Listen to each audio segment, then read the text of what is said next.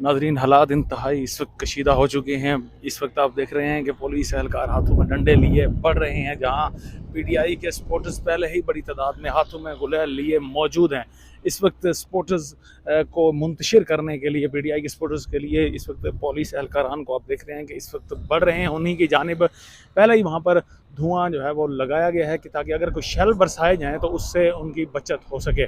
सामने नाज़रीन पीटीआई के सपोर्टर्स बड़ी तादाद में मौजूद हैं और यहाँ पर पुलिस सब अपनी नफरी को यहाँ पर मज़ीद से मज़ीद बढ़ा रही है ताकि एक साथ उन पर हमला किया जाए। पीटीआई के सपोर्टर्स पर बड़ी तादाद में इस वक्त आप नाज़रीन देख रहे हैं कि पुलिस के एहलकारान यहाँ पर मौजूद हैं और बिल्कुल उनके सामने सपोर्टर्स बड़ी तादाद में मौजूद हैं।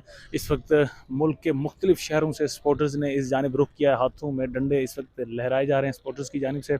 और दूसरी जानिब आपको जो मनाजिर दिखा रहे हैं वो कि इस्लामाबाद पुलिस भी FC एहलकारान के साथ मुकम्मल तैयार है।